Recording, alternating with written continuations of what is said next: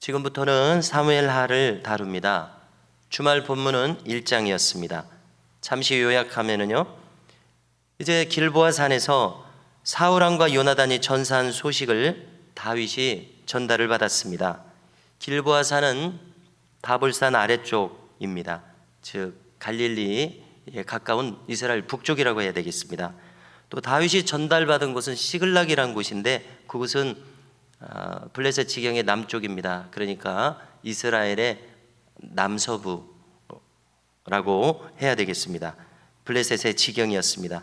자, 놀랍게도 사울은 아군 군사들 중 아말렉 청년에 의해서 죽임을 당했습니다.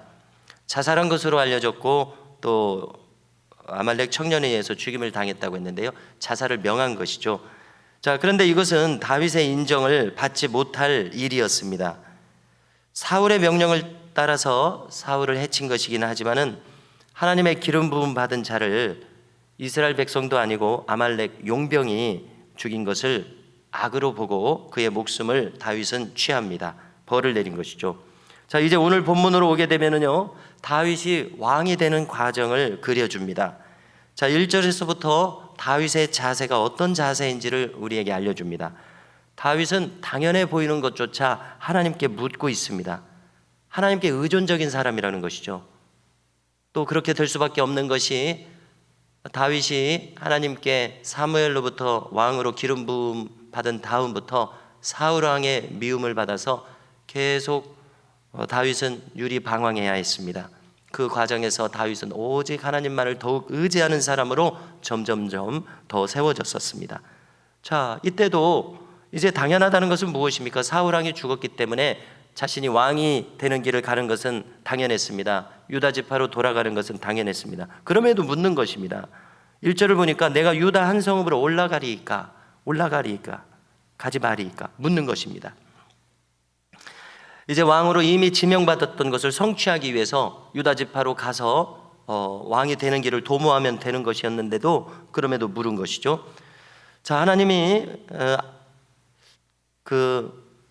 그래서 우리는 기도란 건 무엇인가? 일방적으로 하나님께 내가 어떻게 하겠습니다라고 자기의 나아갈 길을 자기가 정하고 통보하거나 무엇을 해달라고 요구하는 것이 아니라 하나님과 주거니 받거니 교제하고 교통하는 것이 기도라는 것을 우리가 재확인하게 됩니다. 그리고 하나님께 의존적인 사람이었습니다. 독립적인 사람이 아니었습니다.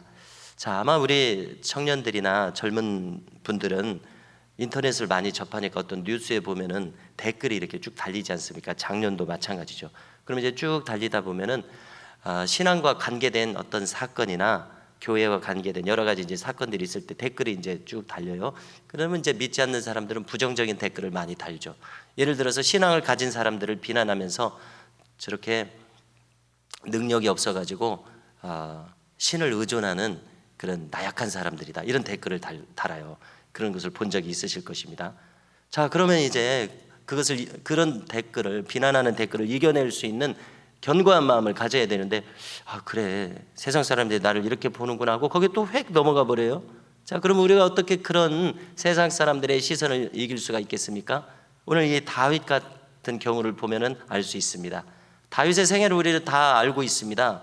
다윗은 하나님께 의존적이고 또 의존적이 됨으로 말미암아 하나님께서 그의 인생을 책임져 주시고 다윗처럼 이 땅에서도 아브라함과 비슷하게 영광스러운 삶을 산 사람이 어디 있겠습니까?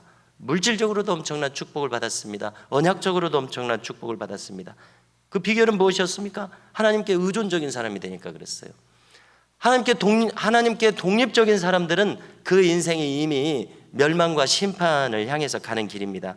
자, 조금 전에 그 댓글을 단 사람을 한번 생각해 보십시오. 믿지 않는 사람이죠. 그건 자기가 유능하다고 생각하는가 봅니다.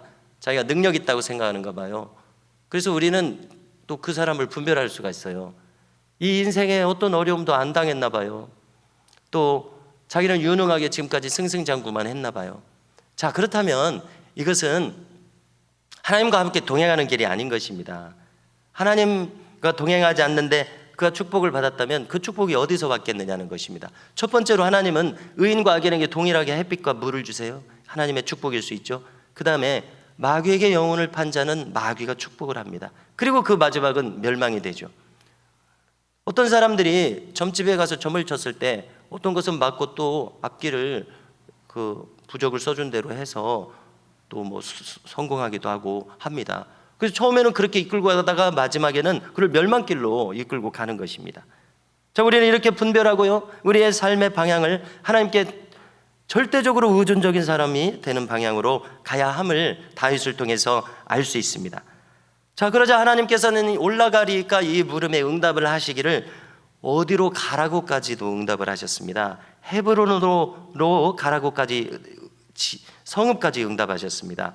자, 헤브론은 예루살렘의 위치는 이제 유다 지경 그 사해 바다 쪽이죠. 그러니까 남쪽이죠. 헤브론은 예루살렘보다도 더 남방의 성읍입니다. 특별히 헤브론은 유서 깊은 성읍입니다. 왜냐하면 아브라함의 하나님의 언약이 있는 장소였습니다. 자, 잘 아시는 대로 헤브론에는 막벨라 굴이 있습니다. 아브라함 부부가 거기 묻혔습니다. 이삭 부부가 거기 묻혔습니다. 야곱과 레아가 거기 묻혔습니다. 라헬은 다른 곳에 묻혔죠. 그들의 묘소가 있는 언약의 장소였습니다. 하나님께서는 이미 사무엘을 통해서 다윗을 왕으로 기름 부으셨었죠. 이제 때가 돼서 다윗을 조상들의 언약을 성취하는 사람으로 삼을 계획이 하나님의 계획이셨던 것입니다. 그러니까 너 헤브론으로 가라. 그리고 거기서 이제 왕으로 세움을 받습니다. 4절에 보니까 유다 족속들이 와서 다윗을 유다 지파의 왕으로 옹립합니다. 그래서 이 구체적인 과정 속에서 기름을 붓습니다.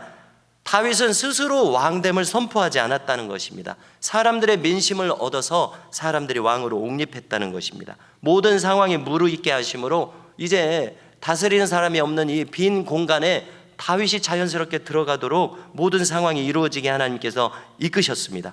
이것은 하나님의 선물과 같은 것이었습니다. 다윗은 자기를 주장하지 않았습니다. 때를 기다리고 하나님께 묻는 사람을 인도하시는 하나님의 방법이 바로 이와 같았습니다. 자기를 주장하지 않았다는 것이죠. 자, 이때 한 가지 또 중요한 사건이 이어집니다. 다윗은 이처럼 민심을 얻는 방향으로 그냥 유다 사람들이 그를 왕으로 옹립한 것이 아니죠. 그 전에 이미 민심을 얻었습니다. 블레셋을 물리쳤다든지 목숨을 걸고 자기 동족을 구했다든지 이미 이렇게 하나님께서 민심을 얻는 방향으로 그를 인도하셨던 그 전적이 있었습니다. 자, 이제 또 한 사건이 펼쳐지는 것은요, 길르앗 야베스 사람들에 대한 건입니다. 길르앗 야베스는 그 지역이 요단강의 동편에 있습니다. 그리고 길보아 산에서 사울이 죽었지 않았습니까? 요단강을 건너가면 그 가까운 곳에 있습니다. 근데 이제 지금 헤브론은 남쪽에 있죠. 자, 지역적인 차이가 있습니다. 길르앗 야베스 사람들에게 전령을 보내는 일이 생기는데 왜 그러냐면요, 그들이 사울왕의 시신을 수습했던 것입니다. 자, 이것은 무엇을 가리킵니까? 사울왕의 백성들로서 사울왕에게 여전히 충성심을 가지고 있다는 것이죠. 자, 다윗의 행함을 보십시오. 사울왕의 대적이었습니다마는 다윗은 사울왕에 대해서 여전히 마음의 변함이 없어요. 왜 그렇습니까? 하나님께서 그를 기름 부어 세우신 것을 하나님의 권위를 인정하고 있었기 때문에 그렇습니다. 이 권위의 흐름을 계속 가져가고 있었습니다. 그렇기 때문에 여전히 사울은 자기를 대적할지라도 사울에게 충성심을 가지고 있었는데 이것은 하나님에 대한 충성이었습니다. 다윗이 사울하고 똑같이 사울왕에 대해서 적개심을 가졌더라면 이는 하나님이 기뻐하시는 일이 아니었다는 것이죠. 다윗은 이것을 알고 있었습니다. 만일 사울왕에 대해서 적개심을 가졌다면 사울왕의 시신을 수습한 이 길르앗 야베스 사람들에 대해서도 적개심을 가졌을 것입니다. 그러나 다윗 왕은 그렇게 하지 않은 것을 볼 수가 있습니다.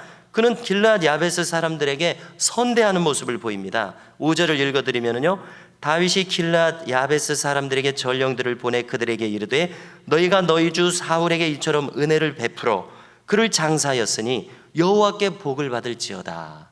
다윗의 마음을 보십시오. 항상 하나님이 무엇을 기뻐하시고 원하시는지를 알고 있습니다. 그래서 너희들이 한 것은 하나님께 복 받을 일이다, 이렇게 축복하고 있어요. 선대하고 있어요. 또 다윗은 그 길르앗 야베스 주민들에게 자기가 이제 왕이 됐다는 것을 내세우지 않습니다. 너희들도 내 앞에 와서 머리를 숙여서 나를 왕을 삼아라, 이런 식으로 비치질 않습니다. 7절을 보니까요, 그들이 스스로 판단할 수 있도록 그들의 거취를 선택하도록 여지를 주는 모습을 발견하게 됩니다. 그들의 거주지가 요단 동편이라고 그랬죠. 자기가 이제 유다 지파의 왕으로 세워진 것을 알릴 뿐이었습니다. 그러니까 너희도 나에게 와라 이렇게 하지 않았습니다. 자, 이제 북왕국 10지파, 아직 북왕국이 아니죠. 유다 지파를 제외한 베냐민 지파를 비롯한 위에 10지파입니다. 레위 지파는 산산이 흩어졌으니까요.